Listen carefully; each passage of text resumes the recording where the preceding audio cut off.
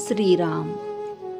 नमस्कार साधक बंधू भगिनींनो, चैतन्य उपासना या चॅनलवर मी सौ माधुरी कुलकर्णी आपले स्वागत करते.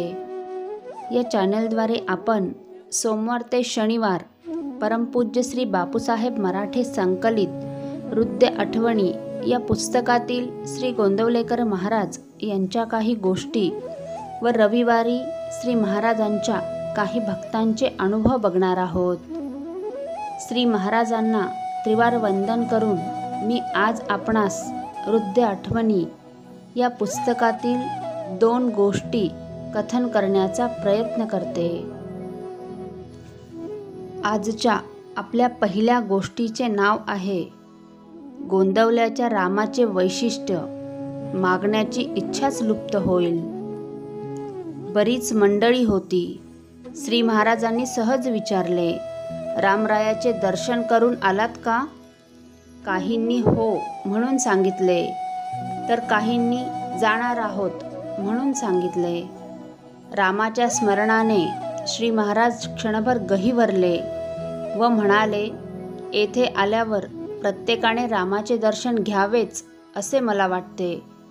माझ्या रामाचे वैशिष्ट्य असे आहे की जी ऐहिक गोष्ट तुम्ही त्याच्याकडे मागता ती तो तुम्हाला देणारच नाही असे मी म्हणत नाही.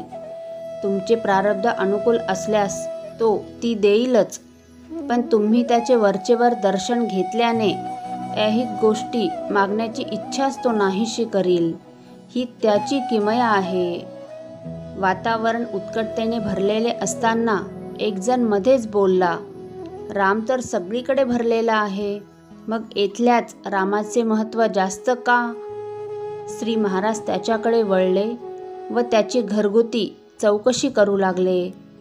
त्याने सांगितले की आपण एका कारखान्यात कामाला असून तेथे मोटार गाड्यांच्या बॅटऱ्या भरून देण्याचे काम करतो. कारखान्यात विजेचा दाब मोठा असतो. त्यावर बॅटऱ्या जोडल्या म्हणजे 3-4 तासात बॅटरी भरते. हे ऐकून श्री महाराजांनी त्याला विचारले, वीज तर सगळीकडे एकच आहे, मग कारखान्यात भरायला येणाऱ्या बॅटऱ्या घरच्या विजेच्या दाबावर भरून दिल्या तर काय हरकत आहे? तो म्हणाला, घरगुती विजेचा दाब अगदी कमी असतो.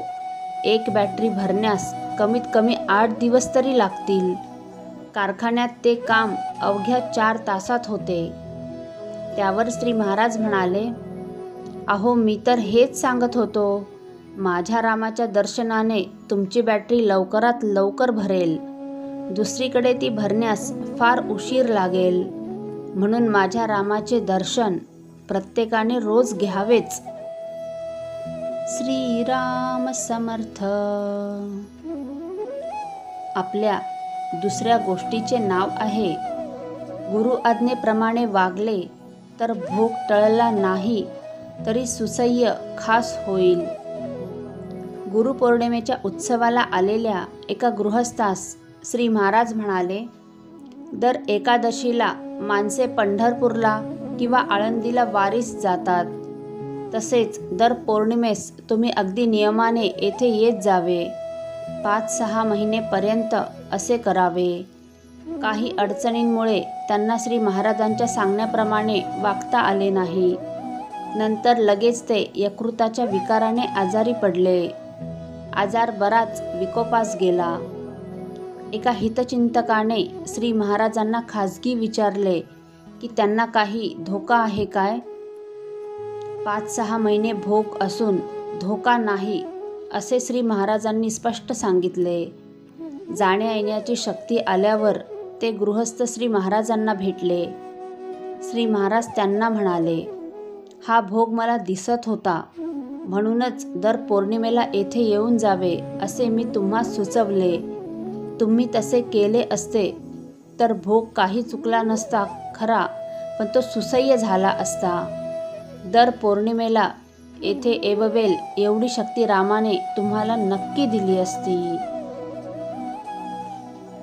साधक हो, या श्री महाराजांच्या गोष्टी ऐकून कोणी एक साधक जरी नामास लागला तरी माझी सेवा श्रीचरणी रुजू झाली असे मी समजेन. श्रीराम समर्थ.